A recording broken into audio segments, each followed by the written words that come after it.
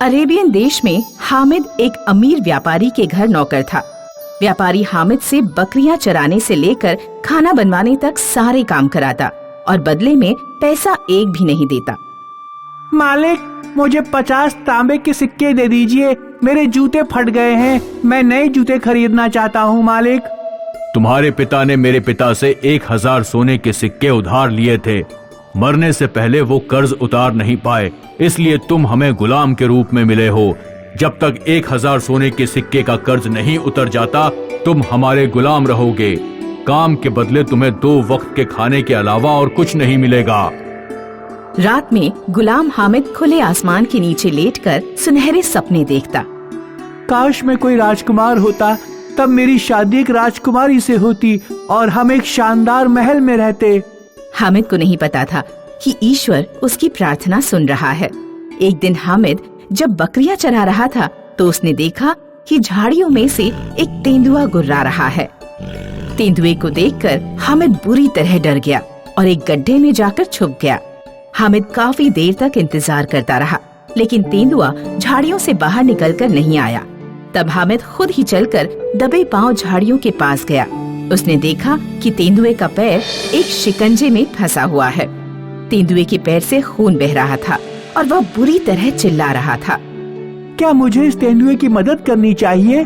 कहीं ऐसा ना हो कि जब मैं इसका पंजा शिकंजे से निकाल दूं, तो ये मेरे ऊपर ही हमला कर दे। हामिद से तेंदुए का दर्द देखा नहीं गया और उसने तेंदुए के पास जाकर शिकंजे से पैर निकाल दिया। तेंदुआ तुरंत ही जंगल की तरफ भाग गया। अजीब बात ये थी कि तेंदुए की पूंछ के अंत में इंसानी हाथ जैसा पंजा था। इस तेंदुए की पूंछ इंसानी हाथ जैसे लग रही है, ऐसा कैसे हो सकता है? हामिद जंगल में तेंदुए के पीछे गया। तेंदुए को ढूंढते ढूंढते सूरज ढल गया और रात हो गई। पूर्णिमा की रात थी, इसलिए रात में काफी रोशनी थी। हामिद को तेंदुआ एक पेड़ के पीछे खड़ा दिखाई देता है। हामिद ने देखा कि तेंदुआ अचानक से एक सुंदर लड़की में बदल गया। ये क्या मैं कोई सपना देख रहा हूँ? नहीं, ये सपना नहीं, हकीकत है। मैं वैसे एक तेंदुआ ही रहती हूँ, सिर्फ पूर्णिमा की रात को ही अपने असली इंसानी रूप में आ पाती हूँ। क्या तुम जन्म से ही ऐसी ही हो? नहीं, मैं जन्म से ऐसी नहीं। मैं गोबैल राज्य की राजकुमारी हूँ। हमारे राज्य में हर साल एक राक्षसी आती थी और अपनी भूख मिटाने के लिए दर्जनों लोगों को उठा कर ले जाती। एक दिन मैं उस राक्षसी की गुफा में गई। उस समय राक्षसी सो रही थी। मैंने तलवार से उसका हाथ काट दिया। तब राक्षसी ने मुझे श्राप दिया। तूने सोते हुए मुझ पर हमला किया, अब तू एक तेंदुआ बन जाएगी। सिर्फ पूर्णिमा की रात को ही तुझे अपने असली रूप के दर्शन हो पाएंगे। निशानी के रूप में पूंछ की जगह मेरा कटा हुआ हाथ तेरे साथ रहेगा। तेंदुआ बनने के बाद जब मुझे भूख लगती तो मैं इंसानों का शिकार करती हूँ। इसी वजह से मैं कई वर्षों से अपने घर नहीं लौट पाई हूँ। राक्षसी का श्राप तोड़ने का कोई तो उपाय होगा ना? हाँ, उपाय है, पर आसान नहीं है। एक बूढ़े आदमी ने मुझे बताया था कि राक्षसी को इंसानी मांस के अलावा काले रंग के आंवले बहुत पसंद है, पर काले आंवले सिर्फ मोराबी राज्य के राजा के महल में मिलते हैं। मैंने सुना है कि एक 3 मुंह वाला कुत्ता काले आंवलों के पेड़ की रक्षा करता है। काले आंवलों को लाना कितना भी मुश्किल हो, पर मैं कोशिश करूंगा। हामिद ने अपने मालिक को एक चिट्ठी लिखी और अपना राज्य छोड़कर मारोबी राज्य भाग गया। इस लड़के की इतनी हिम्मत कि मेरी गुलामी छोड़कर भागा, इसे पाताल लोक से भी ढूंढ निकालूंगा। हामिद मारोबी राज्य के राजा के महल में पहुंचा और दरबान से बोला, क्या मुझे यहाँ कोई छोटा मोटा काम मिल सकता है? महल में माली की जरूरत है, क्या तुम माली का काम कर पाओगे? मैंने बचपन से बागवानी सीखी है, माली का काम करके मुझे खुशी होगी। हामिद महल में बगीचे की देखभाल करने लगा। बगीचों के बिल्कुल कोने में काले आंवलों का पेड़ था, जिसके पास 3 मुंह वाला भयानक कुत्ता बैठा रहता था। इस कुत्ते को क्या पसंद हो सकता है, रोटी या हड्डी? दोनों चीजें आजमा कर देखता हूँ। सोना बाबू, तुम्हें क्या पसंद है? रोटी पसंद है तुम्हें, या तुम हड्डी खाते हो? हामिद ने कुत्ते को अपना दोस्त बना लिया और एक दिन कुत्ते की पीठ पर चढ़कर पेड़ से कुछ आंवले तोड़ लिए। आंवले लेकर वो दौड़ता हुआ तेंदुआ राजकुमारी के पास पहुंचा। मैं आम ले आया हूँ, चलो राक्षसी के पास चलते हैं। राजकुमारी और हामिद राक्षसी की गुफा के पास पहुँचे। राक्षसी बाहर आओ, देखो हम तुम्हारे लिए उपहार लाए हैं। राक्षसी गुफा से बाहर आई और हामिद ने उसे काले आंवले दे दिए। काले आंवले मेरे फेवरेट हैं। इंसानी मांस खा खा कर अब मैं ऊब चुकी हूँ। इनके बदले तुम मुझसे क्या मांगना चाहते हो? राजकुमारी का श्राप खत्म कर दो। राक्षसी ने तेंदुए के ऊपर थूका और राजकुमारी का श्राप खत्म हो गया। तुमने मेरी बहुत मदद की, एक तरह से मुझे दूसरा जीवन दिया है। तुमसे अच्छा जीवन साथी मुझे नहीं मिल पाएगा। क्या तुम मुझसे विवाह करोगे? मुझे यकीन नहीं होता कि एक राजकुमारी मुझसे विवाह करने के लिए पूछ रही है। मैं हमेशा सपनों में ऐसा सोचा करता था। राजकुमारी हामिद को लेकर अपने महल की तरफ जा रही थी। तभी व्यापारी अपने आदमियों के साथ वहां पहुंच गया। पकड़ लो इस लड़के को। हामिद अब एक राजकुमार है, अब वो तुम्हारी गुलामी नहीं करेगा। हामिद राजकुमारी से शादी करके अपने सपनों की जिंदगी बिताने लगा। हम्पीगढ़ नाम का एक सुंदर राज्य था। वहाँ के राजा की इकलौती बेटी थी मारिया। मारिया 8 फीट लंबी थी।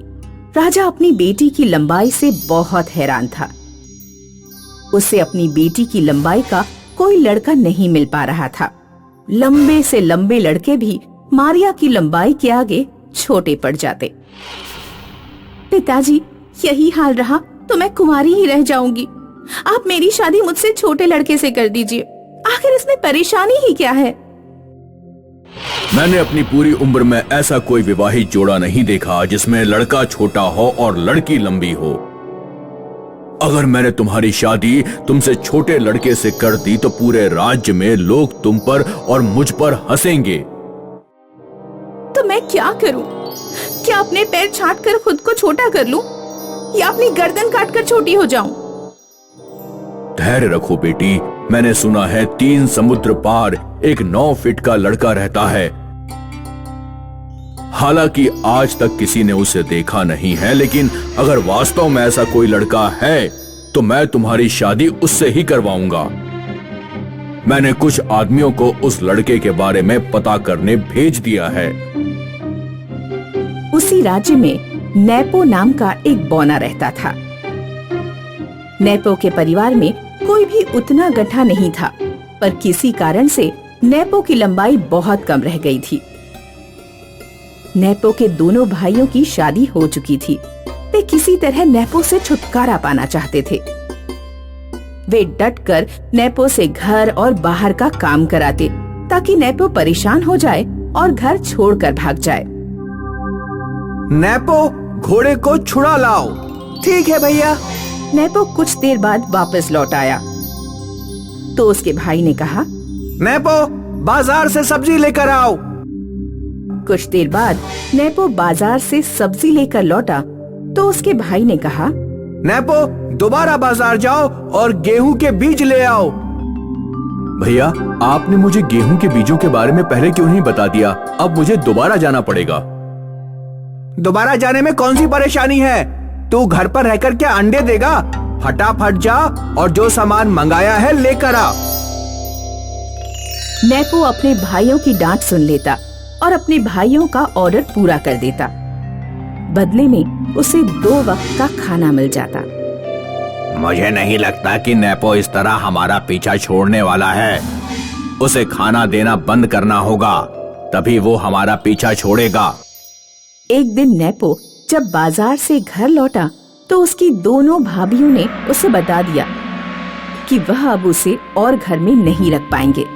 नेपो बेचारा लड़ना भी नहीं जानता था। वो अपने कपड़े लेकर अज्ञात यात्रा पर निकल पड़ा। नेपो जब जंगल किनारे से गुजर रहा था तो एक जहरीला तीर अचानक उसकी पीठ में आकर घुस गया। नेपो तुरंत बेहोश होकर गिर पड़ा।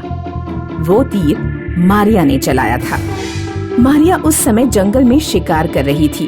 उसका निशाना चूक गया और तीर बोने को जा लगा। मारिया बोने को उठाकर महल ले गई। उसका घाव साफ करके उसने नेपो की मरहम पट्टी की, लेकिन नेपो को होश नहीं आया। मारिया ने वैद्य को बुलाया तो वैद्य ने कहा कि नेपो को होश आने में कुछ घंटों का समय लग सकता है। मैं भी कितनी मूर्ख हूँ, अपने तीर से किसी की जान खतरे में डाल दी। मारिया रात में नेपो के बराबर में ही सो गई। मारिया का चाचा मारिया को मारकर मारिया के पिता का राज्य हासिल करना चाहता था। उस रात वह पहरेदारों को चकमा देकर मारिया की हत्या करने के उद्देश्य से मारिया के कमरे में घुस आया। उसने देखा मारिया सो रही है। इसी बीच नेपो को होश आ गया। नेपो ने जब नकाबपोश को अपनी कमर से चाकू निकालते देखा तो वह उसका इरादा समझ गया। नेपो के बराबर की मेज पर वही तीर रखा हुआ था जो नेपो को लगा था। नेपो ने तीर उठाया और फेंक कर नकाबपोश को मार दिया। जहरीले तीर से नकाबपोश बेहोश होकर गिर पड़ा। नेपो ने मारिया को उठाया। मारिया ने नकाबपोश को बांधा और उसका नकाब उतारा। चाचा, आप मुझे मारना चाहते थे? मारिया ने तुरंत ही अपने पिता को बुला लिया और वे सारी सच्चाई समझ गए। मारिया को जब पता लगा कि नेपो ने उसकी जान बचाई तो मारिया नेपो को दिल दे बैठी। कुछ दिनों बाद जब नेपो स्वस्थ हो गया तो मारिया ने अपने पिताजी से कहा, पिताजी, मैं नेपो से शादी करना चाहती हूँ। मारिया, क्या तुम पागल तो नहीं हो गई? नेपोलियन की लंबाई तो औसत लंबाई से बहुत कम है। मुझे इससे कोई फर्क नहीं पड़ता कि उसकी लंबाई कितनी है। वो मुझसे जान से ज्यादा प्यार करता है। बेटा, वो तुम्हारे योग्य नहीं है।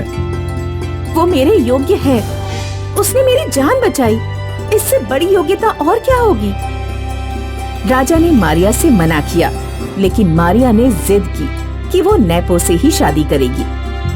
आखिरकार राजा ने एक शर्त रखी। नेपो को अपनी योग्यता साबित करनी होगी। राज्य में एक जंगली सुअर ने कहर मचा रखा है। अगर नेपो उसे जिंदा पकड़ लाया तो मैं तुम्हारा विवाह उससे करा दूंगा। नेपो को एक तीर कमान देकर जंगली सुअर के शिकार के लिए भेज दिया गया। नेपो को तीर कमान चलाना भी नहीं आता था। नेपो ने देखा कि नगर के बीच में एक छोटा सा चर्च है। नेपो जंगली सुअर के पास गया और उसने सुअर पर एक पत्थर फेंका। सुअर ने नेपो पर हमला कर दिया। नेपो तेजी से दौड़ता हुआ चर्च के पास पहुंचा। उसने चर्च का दरवाजा पहले ही खोल दिया था। नेपो चर्च में घुस गया। सुअर भी उसके पीछे गया। चर्च में सामने की दीवार पर छोटी सी खिड़की थी। नेपो खिड़की से कूदकर बाहर निकल गया और पीछे से आकर उसने तुरंत चर्च का दरवाजा बंद कर दिया। इस तरह नेपो ने जंगली सुअर को जिंदा पकड़ लिया। राजा नेपो की बुद्धिमानी पर बहुत खुश हुआ और उसने अपनी बेटी का विवाह उसके साथ कर दिया।